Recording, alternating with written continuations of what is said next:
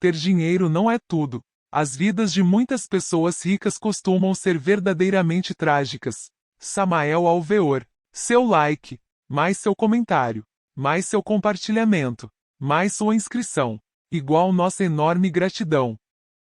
A Lei do Pêndulo, do livro Introdução à Gnose, capítulo 12. Vamos começar nossa cátedra. A humanidade vive certamente entre o batalhar da antítese, entre a luta cruenta dos opostos. Às vezes nos encontramos muito alegres, contentes, outras vezes nos achamos deprimidos, tristes. Temos épocas de progresso, de bem-estar, uns mais que outros, de acordo com a lei do karma. Temos também épocas críticas no econômico, no social, etc. Às vezes nos encontramos otimistas, com relação à vida, e às vezes nos sentimos pessimistas. Sempre se tem visto que a todo período de alegria, de contentamento, segue uma temporada depressiva, dolorosa, etc. Ninguém pode ignorar que estamos sempre submetidos a muitas alternativas, no terreno prático da vida. Geralmente, as épocas que denominamos felizes seguem épocas angustiantes. É a lei do pêndulo a que governa realmente nossa vida. Vocês já viram, por exemplo, o pêndulo de um relógio. Tão logo como sobe pela direita, se precipita para subir pela esquerda. Essa lei do pêndulo governa também as nações, não há dúvida. Nas épocas, por exemplo, em que o Egito florescia às margens do Nilo, o povo judeu perecia, ou melhor, era nômade no deserto. Muito mais tarde, quando o povo egípcio decaiu, levantou-se vitorioso o povo hebreu. É a lei do pêndulo. Uma Roma triunfante se sustentava sobre os ombros de muitos povos, porém depois cai, com a lei do pêndulo, e esses povos ascendem vitoriosos. A União Soviética apaixonou-se terrivelmente pela dialética materialista, porém, agora, o pêndulo começa a mudar, está passando para o outro lado e, como resultado, a dialética materialista está ficando ou já ficou praticamente encurralada, já não tem nenhum valor. Hoje em dia, a maior produção que temos em matéria de parapsicologia a devemos à União Soviética. E já está comprovado, de acordo com os dados, que a União Soviética está produzindo a maior quantidade de matérias relacionadas com a parapsicologia. Usa-se o ocultismo nas clínicas, a parapsicologia em todos os hospitais, etc. Ao passo que a União Soviética, dentro de pouco tempo, passará, exatamente ao lado oposto do materialismo, tornar-se-á absolutamente mística e espiritual. Já segue esse caminho e muitos paladinos místicos estão sobrepujando, pois, na Rússia. E a dialética de Karl Marx ficou, pois, encurralada, está caindo, praticamente no fosso do esquecimento, para dar lugar à parapsicologia e, posteriormente, ao esoterismo científico, ao ocultismo, à yoga, etc., porque o pêndulo está mudando, está passando para o outro lado, da tese à antítese. Todos os seres humanos dependem da lei do pêndulo, isso é óbvio. Temos bons amigos e se sabemos compreendê-los, é claro que poderemos conservar sua amizade. Seria absurdo que exigíssemos que nossos amigos não estivessem jamais submetidos à lei do pêndulo. Nunca devemos estranhar, por exemplo, que um amigo com o qual temos tido sempre boas relações, resulte da noite para o dia, com entrecenho franzido, iracundo, rabugento, irascível, áspero na conversa, etc., diante de nós. Nesses casos, há que fazer uma reverência respeitosa e afastar-se, para que o amigo tenha tempo para aliviar-se, e pelo fato de que um dia nos faça cara feia, não devemos desanimar, pelo contrário, compreendê-lo, porque não há ser humano que não esteja submetido à lei do pêndulo. Dessa maneira, vale a pena ser reflexivo. Esta lei do pêndulo parece ou entendo que se faz muito manifesta, especialmente nos nativos de Gêmeos, 21 de maio a 21 de junho. Estes geminianos, disse, que têm uma dupla personalidade. Como amigos são extraordinários, maravilhosos, chegam até o sacrifício por seus amigos, porém quando muda a personalidade, então, são opostos e todo mundo fica desconcertado. Bom, este é precisamente um exemplo do que é a lei do pêndulo. Não quero dizer que eles sejam os únicos e exclusivos nesta questão. Da lei do pêndulo, não chegamos a isso, porém, pelo menos, sim, a especificam, a põem em relevo, servem como padrão de medida, nos indicam o que na realidade, e na verdade é tal lei. Nós que conhecemos os nativos de Gêmeos, sabemos lidar com eles. Quando vem sua personalidade fatal ou manifestação negativa, não opomos nenhuma resistência e pacificamente aguardamos que a personalidade simpática volte à atividade. Tudo isto é interessante, porém é que a lei do pêndulo não somente fica demonstrada pelos nativos de Gêmeos, como também a podemos evidenciar em nosso organismo. Existe uma diástole e uma sístole no coração, isto é, a lei do pêndulo. Diástole origina-se de certa palavra grega que significa reorganizar, preparar-se, acumular, etc.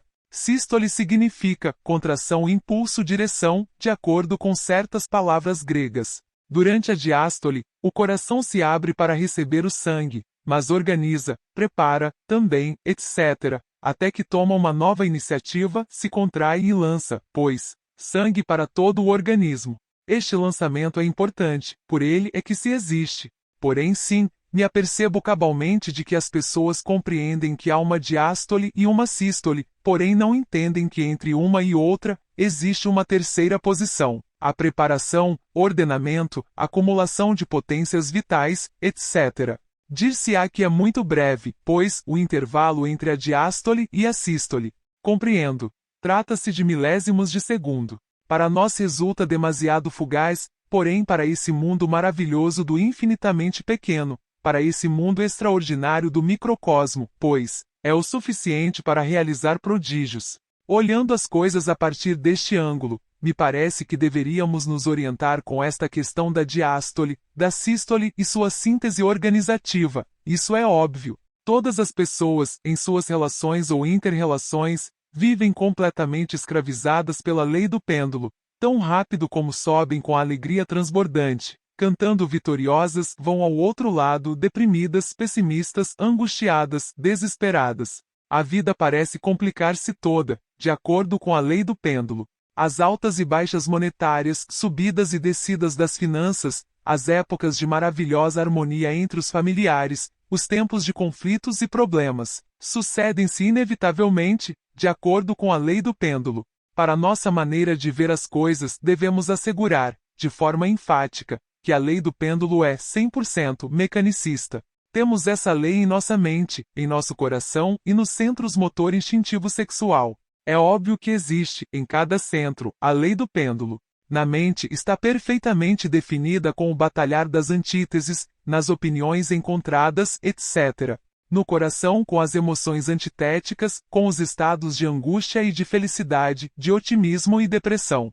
No centro motor instintivo sexual, manifesta-se com os hábitos, os costumes, com os movimentos. Franzimos o entrecenho, ficamos austeros. Quando nos encontramos deprimidos ou sorrimos alegres, sob o impulso, pois, do centro motor. Quando nos achamos muito contentes, etc.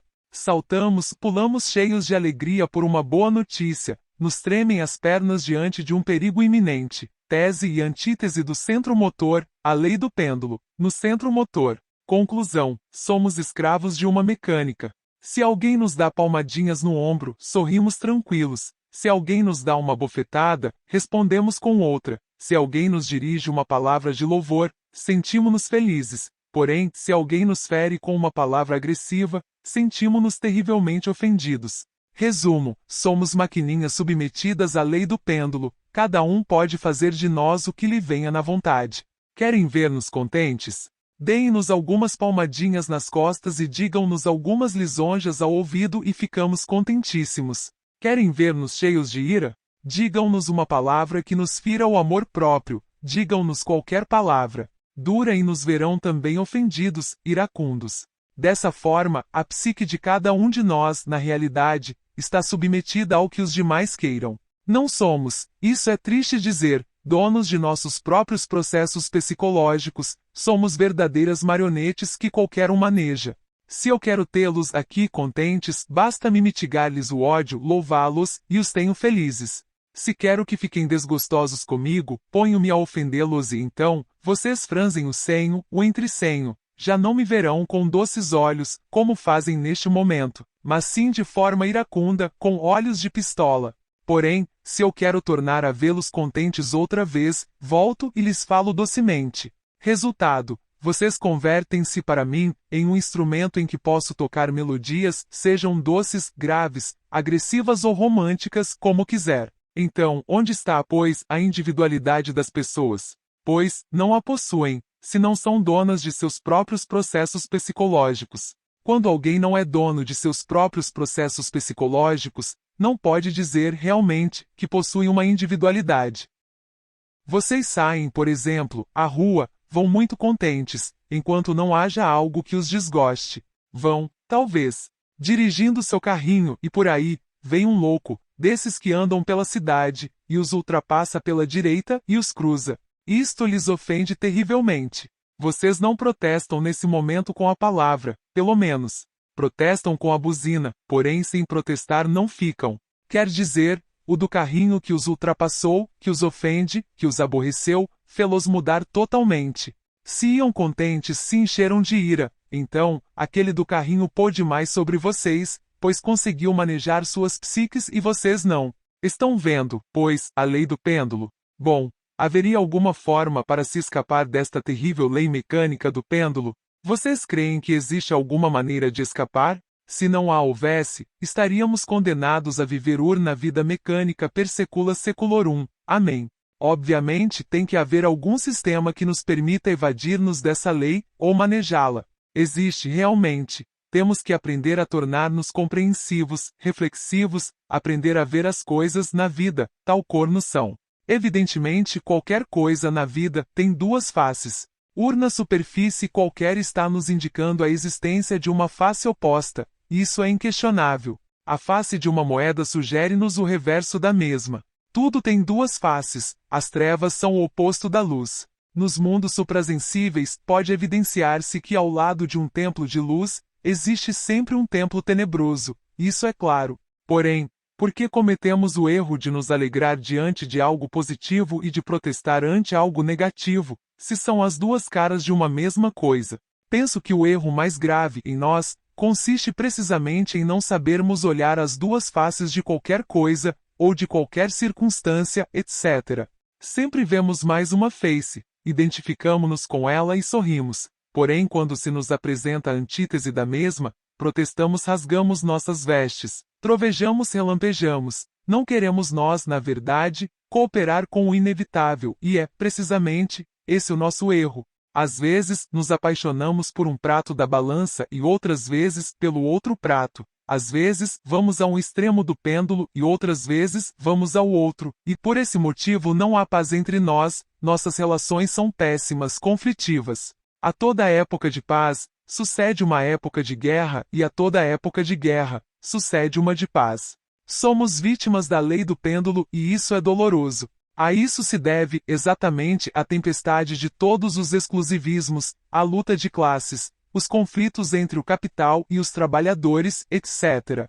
Se pudéssemos ver as duas faces de toda a questão, realmente tudo seria diferente, mas nos falta compreensão. Se quisermos ver as duas faces de cada questão, se faz necessário, a minha maneira de entender as coisas, viver não dentro da lei do pêndulo, mas dentro de um círculo fechado, um círculo mágico. Por esse círculo vão passando todos os pares de opostos da filosofia, as teses e as antíteses, as circunstâncias agradáveis e desagradáveis, as épocas de triunfo e de fracasso, o otimismo e o pessimismo, o que chamam bom e o que as pessoas chamam mal, etc. Ao redor desse círculo mágico, podemos ver um desfile muito interessante. Descobriremos, por exemplo, que a toda grande alegria sucede em seguida estados depressivos angustiosos, dolorosos. Quando as pessoas riem mais, as lágrimas são maiores e os prantos piores.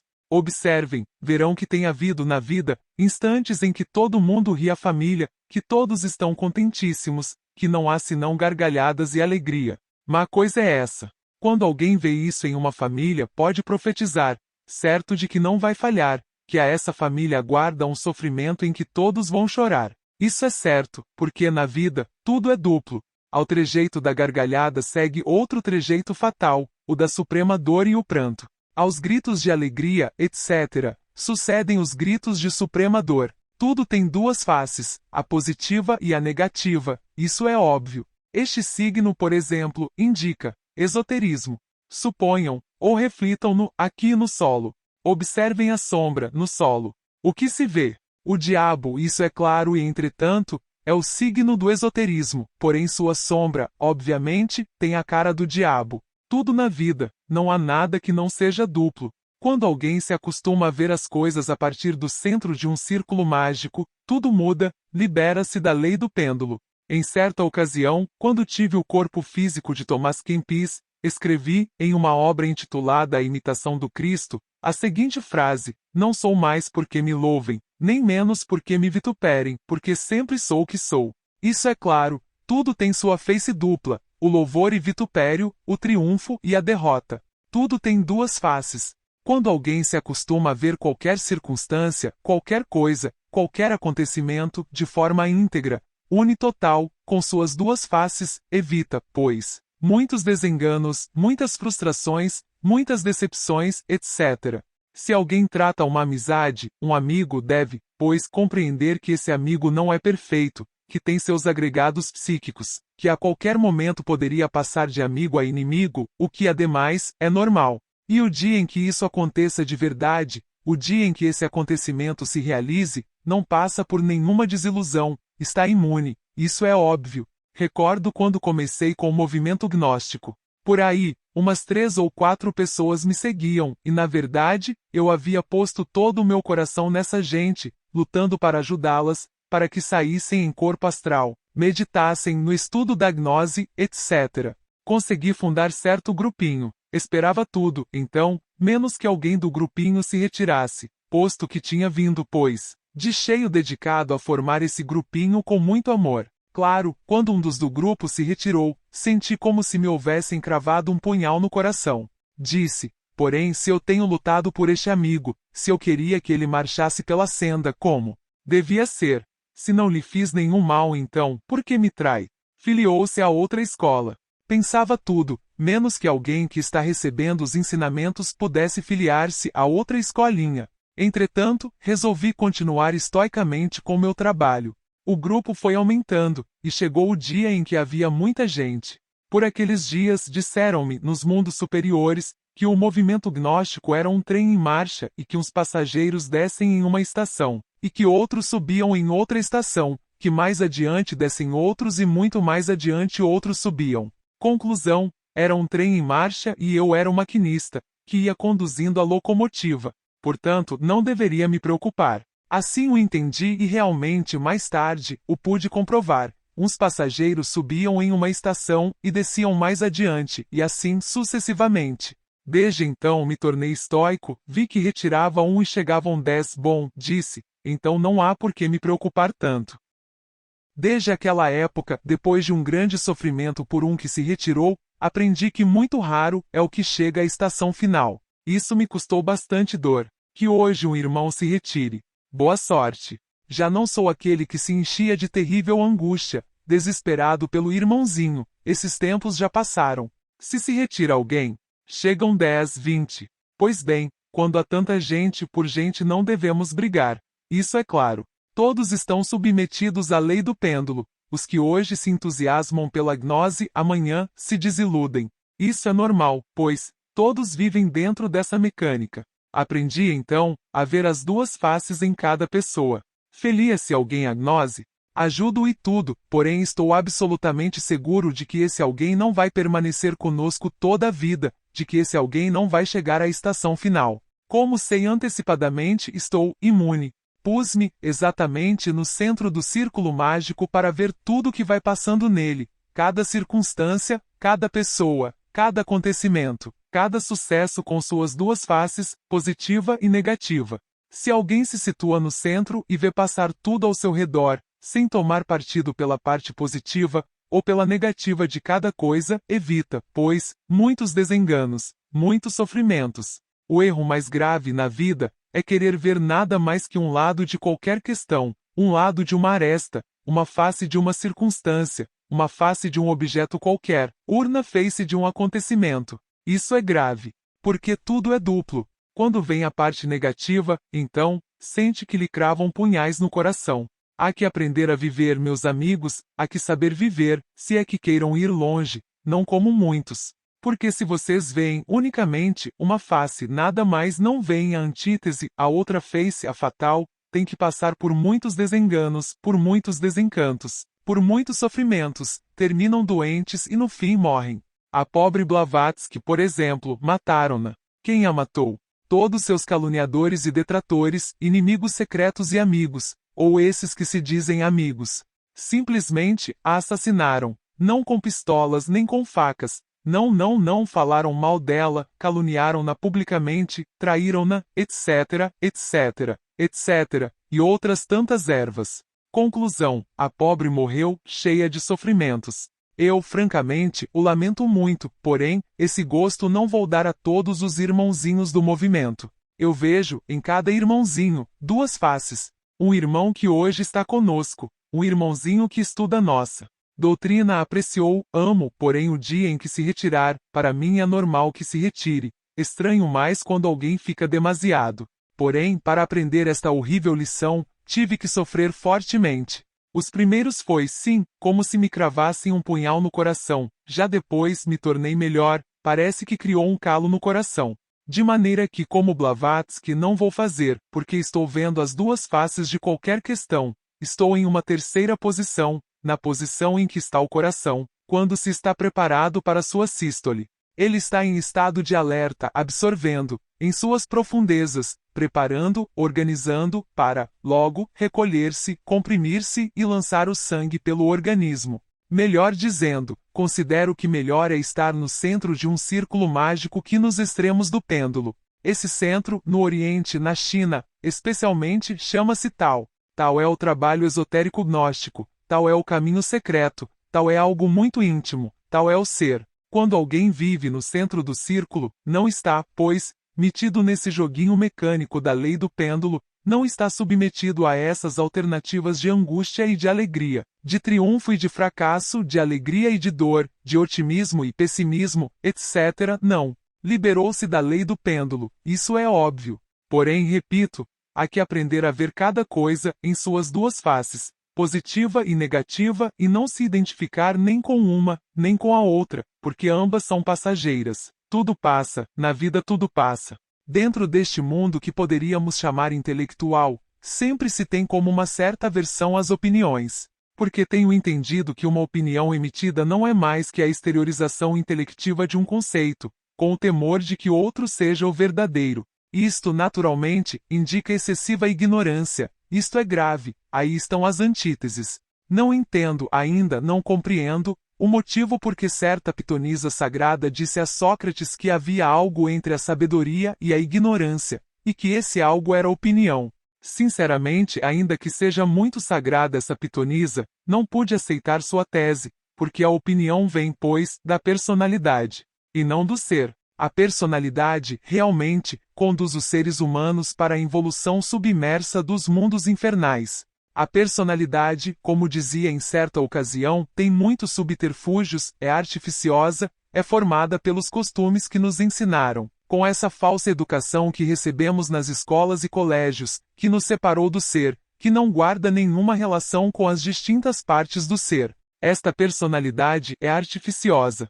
Como nos afasta do nosso ser interior profundo, obviamente nos conduz por um caminho equivocado que nos leva para a involução do reino mineral submerso. De modo que penso, estou pensando aqui em voz alta, que quando alguém não sabe algo, é preferível calar-se a opinar, porque a opinião é o produto da ignorância. Alguém opina porque ignora, senão, não opinaria. Alguém emite um conceito com temor de que outro seja o verdadeiro. Vejam vocês esse dualismo da mente. É terrível o batalhar. A uma opinião se contrapõe outra. Na realidade, a personalidade se move dentro da lei do pêndulo, vive no mundo das opiniões contrapostas, dos conceitos antitéticos do batalhar das antíteses. Então, a personalidade não sabe nada e a opinião é produto da ignorância. Se analisamos o que é a personalidade, que é a que origina a opinião, chegamos à conclusão de que a opinião é o resultado da ignorância. De maneira que o que essa pitonisa disse a Sócrates parece equivocado. Sócrates pergunta, também, a pitonisa, Divinus se chamava a pitonisa de Delfos, sobre o amor. Diz Sócrates que o amor é belo, inefável, sutil. A pitonisa responde-lhe que propriamente não é belo. Sócrates diz-lhe, assombrado, lhe responde: acaso não é belo? Então é feio. A pitonisa diz-lhe: não podes ver senão o feio, como se não existisse mais que o feio. Não podes conceber que entre o belo e o feio há algo diferente, algo distinto. O amor não é belo nem feio, é diferente, e isso é tudo. Como era um sábio, Sócrates teve de guardar silêncio.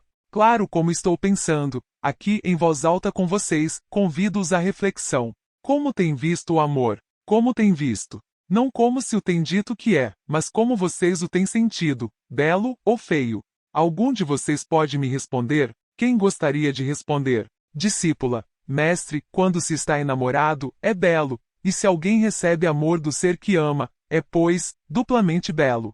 Mestre: veremos. Discípulo: sempre se tem relacionado a beleza com o amor e o feio com a antítese do amor. São dois aspectos psicológicos que nossas avózinhas, quando nos falavam das fadas, pintavam-nas como boas belas, e quando nos falavam dos papões, por serem maus, pintavam-nos como feios. Então, creio que o amor está mais além desses princípios. Mestre, foram dadas duas respostas, mas deve fazer-se uma diferença entre o que é belo e o que é o amor, de modo que não está muito completa a questão. Ver se outro dá uma resposta. E tu, discípulo, presinto que o amor está mais além desse par de opostos, transcende o belo e o feio, está mais além.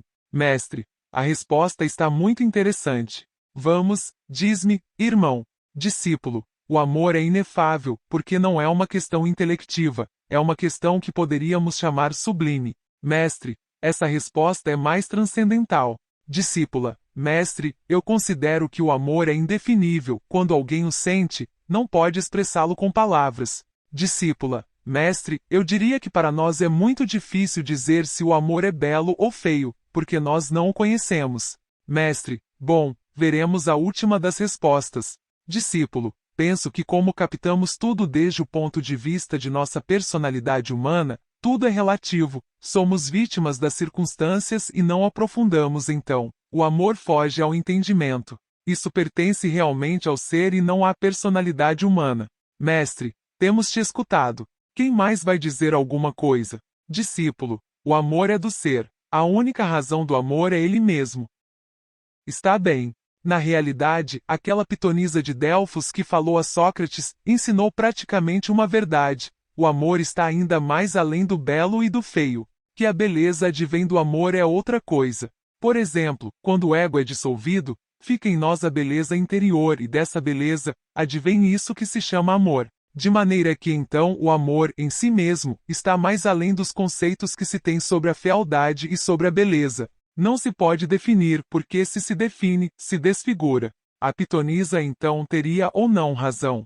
Sim, tem razão. O amor está mais além dos conceitos de fealdade e de beleza, ainda que dele advenha a beleza, resulte a beleza. Onde existe o verdadeiro amor, existe a beleza interior. Isso é óbvio. Dessa maneira, irmãos, entre a tese e a antítese há sempre uma síntese que coordena e reconcilia os opostos. Vejamos isto. Sabemos que existe a grande batalha entre os poderes da luz e os poderes das trevas. No próprio esperma sagrado existe uma luta entre os poderes atômicos da luz e os poderes atômicos das trevas. Em todo o criado existe essa grande luta, as colunas de anjos e de demônios se combatem mutuamente, em todos os rincões do universo. Quando alguém não tem ainda a pedra filosofal, vê como impossível a reconciliação dos opostos, luz e trevas dentro de si mesmo.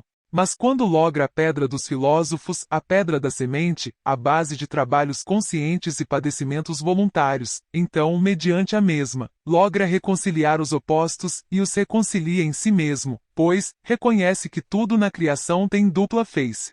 E somente mediante uma terceira posição, isto é, somente mediante o tal, no centro do círculo mágico, somente mediante a síntese, podemos reconciliar os opostos dentro de nós mesmos. Isso é óbvio. Assim, pois, se faz necessário que aprendamos a reconciliar os opostos, se faz necessário que nos libertemos da lei do pêndulo e que vivamos melhor dentro da lei do círculo. Alguém se liberta da lei do pêndulo quando se coloca na lei do círculo, quando se coloca em tal, que está no centro do círculo mágico. Porque então, ao seu redor, tudo passa. por todo ao redor de sua consciência, que é um círculo, que é a consciência global de si mesmo. Vê como passam os distintos acontecimentos, com suas duas faces, coisas com suas duas posições, as circunstâncias, etc., os triunfos e as derrotas, o êxito e o fracasso. Tudo tem duas faces, e alguém, situado no centro, reconcilia os opostos, já não teme o fracasso econômico, já não seria capaz de rebentar as tampas dos miolos, porque perdeu sua fortuna do dia para a noite, como tem feito muitos jogadores do cassino de Monte Carlo, perdem sua fortuna e se suicidam. Já não vão sofrer pelas traições de seus amigos, fazem-se invulneráveis ao prazer e à dor. Vejam o extraordinário, o maravilhoso. Porém, se nós não aprendemos a viver dentro do círculo, se não nos radicamos exatamente no tal ponto central do círculo mágico, continuaremos como estamos, expostos à lei trágica e cambiante do pêndulo, que é completamente mecanicista, 100% dolorosa. Assim, meus queridos amigos, devemos aprender a viver inteligentemente, conscientemente, isso é óbvio. Desgraçadamente, toda a humanidade está submetida à lei do pêndulo. Olhamos como a mente passa de um lado para o outro. Isso é fatal. Eu tenho visto, pois, que não há ninguém, na realidade, que não esteja submetido a essa questão das objeções. Chega algum e nos diz alguma coisa, alguma frase. O que primeiro nos ocorre?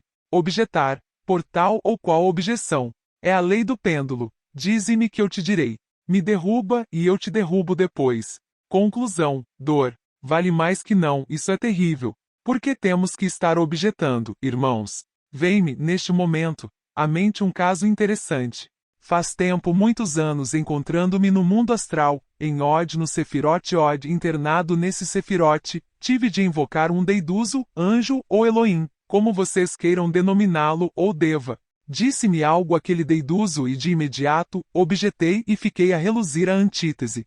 De forma muito vulgar, lhes diria que lhe refutei. Eu esperava que aquele Elohim discutisse comigo também, porém, não aconteceu assim. Aquela deidade me escutou com infinito respeito e profunda veneração. Aduzi muitos conceitos e quando concluí, que pensava que ia tomar a palavra para rebater-me, com grande assombro vi que fez este signo, inclinou-se reverente, deu as costas e se foi, deu meia volta e se foi. Deu-me uma lição extraordinária, não objetou nada. Obviamente, aquele Elohim havia passado mais além das objeções. Sim, é indubitável que as objeções pertencem à lei do pêndulo. Enquanto alguém esteja objetando, está submetido a essa lei. Todo mundo tem direito de emitir suas opiniões, cada um é livre para dizer o que quiser. Nós devemos, simplesmente, escutar ao que está falando, com respeito. Terminou de falar? Retiramo-nos. Claro, alguns não procedem assim, ou não procederão dessa forma. Por orgulho dirão, eu não me retiro, eu tenho que lhe dar na torre. Eis aí o orgulho supino, intelectualoide. Se nós não eliminamos de nós mesmos o eu do orgulho, é óbvio que tão pouco logramos jamais a liberação final. O melhor é que cada qual diga o que tem que dizer e não ponhamos objeções, porque cada qual é livre para dizer o que quiser, simplesmente. Porém as pessoas sempre vivem pondo objeções, objetam ao interlocutor e objetam, também, a si próprias. Claro, isto não significa que não exista o agrado e o desagrado, é óbvio que existe. Suponhamos que a qualquer um de nós, ponham para limpar uma pocilga, onde vivem os porcos. Creio que este não seria, precisamente, um trabalho muito agradável. Teríamos direito a que não nos parecesse agradável, porém uma coisa é que tal trabalho não nos pareça agradável, e outra coisa muito diferente é que ponhamos objeções, que comecemos a protestar. Que porcaria é esta, meu Deus? Nunca pensei que fosse descer a tal ponto. Ai de mim, desgraçado de mim, etc., etc., limpando uma pocilga de porcos. No que vim parar. Bem, com isso, a única coisa que consegue é fortificar, pois completamente, os eus da ira, do amor próprio, do orgulho, etc. É também o caso de uma pessoa que no princípio nos desagrada, é que me parece tão antipática essa pessoa. Porém, uma coisa é que no princípio nos desagrade, e outra coisa é que nós estejamos pondo objeções, que estejamos protestando contra essa pessoa. Porém é que tal pessoa me parece antipática a esta pessoa é um problema, e que estejamos buscando subterfúgios para apunhalá-la, para eliminá-la. Com as objeções, a única coisa que conseguimos é multiplicar a antipatia em nós, robustecer o eu do ódio, robustecer o eu do egoísmo, o eu da violência, do orgulho, etc. Como fazer neste caso, em que uma pessoa não nos é grata? É que todos devemos conhecer a nós mesmos, para ver por que não nos é grata essa pessoa. Poderia acontecer que essa pessoa esteja exibindo alguns dos defeitos que nós possuímos. Alguém tem, interiormente, o eu do amor próprio, e se outro exibe algum desses defeitos interiores, pois, obviamente, esse outro nos parece antipático. De maneira que, em vez de estarmos pondo objeções sobre essa pessoa, protestando, brigando, devemos melhor nos autoexplorar, para conhecer qual esse elemento psíquico, que temos interiormente e que origina essa antipatia. Pensemos que se nós descobrimos tal elemento, e o dissolvemos, a antipatia cessa. Porém, se nós, em vez de investigarmos a nós mesmos, ponhamos objeções, protestemos, trovejemos, relampejemos contra essa pessoa, robustecemos o ego, o eu, isso é indubitável. Dentro do mundo do intelecto, não há dúvida de que sempre estamos pondo objeções. Isto produz a divisão intelectual, divide-se a mente entre tese e antítese, converte-se em um campo de batalha que destrói o cérebro. Observem como essas pessoas que se dizem intelectuais estão cheias de estranhas manias, alguns deixam o cabelo irreverente, se coçam espantosamente, etc. Fazem 50.000 palhaçadas, claro produto de uma mente mais ou menos deteriorada, destruída pelo batalhar das antíteses. Se a todo conceito pomos objeções, nossa mente termina brigando sozinha. Como consequência, vêm as enfermidades ao cérebro, as anomalias psicológicas, os estados depressivos da mente, o nervosismo, que destrói órgãos muito delicados, como fígado, coração, pâncreas, baço, etc. Porém, se nós aprendemos a não estar fazendo objeções, mas que cada um pense como lhe venha na vontade, que cada um diga o que quiser, estas lutas acabarão dentro do intelecto e, em sua substituição, virá a paz verdadeira. A mente da pobre gente está lutando a toda hora, luta, espantosamente entre si, e isso nos conduz por um caminho muito perigoso, caminho de enfermidades do cérebro, de enfermidades de todos os órgãos, destruição da mente, muitas células são queimadas inutilmente. Há que viver em santa paz, sem pôr objeções, que cada um diga o que quiser e pense o que venha na vontade. Nós não devemos pôr objeções, pois assim, marcharemos como deve ser, conscientemente. Dessa maneira, há que aprender a viver. Desgraçadamente, não sabemos viver, estamos dentro da lei do pêndulo. Agora sim que reconheço, conversando aqui com vocês, que não é coisa fácil pôr objeções. Saímos daqui, pegamos nosso carrinho de imediato, mais adiante, alguém nos ultrapassa pela direita, nos cruza. Bem, se não dizemos nada, pelo menos buzinamos em sinal de protesto. Ainda que seja buzinando, mas protestamos. Se alguém nos diz algo, em um momento em que abandonamos a guarda, e asseguro que protestamos, opomos objeções. E muito difícil, espantosamente difícil, não objetarmos. No mundo oriental, já se tem refletido profundamente sobre isto. No mundo ocidental, também. Eu creio que às vezes, há necessidade de se apelar a um poder que seja superior a nós, se é que queiramos nos libertar dessa questão das objeções. Em certa ocasião, em que ia um monge budista caminhando, lá por essas terras do mundo oriental, em um inverno espantoso, cheio de gelo e de neve e de animais selvagens, claro, isto ocasionava sofrimentos ao pobre monge, naturalmente, protestava, punha suas objeções. Porém teve sorte, quando estava desmaiando, em meditação lhe aparece Amitabha, isto é, Amitabha, na realidade, é o Deus interno de Gautama, o Buda, Sakyamuni, e lhe entregou um mantra para que pudesse, pois, manter-se forte e sem fazer objeções, algo que lhe ajudasse para não ficar protestando, a todo momento, contra si mesmo, contra a neve, contra o gelo, contra o mundo. Esse mantra é utilíssimo. Vou vocalizar bem para que o gravem em sua memória e para que fique gravado também nestas fitas que vocês trazem, aqui em seus gravadores. Gaatei, Gaatei, Gaatei. É melhor que o soletre, G-A-T-E.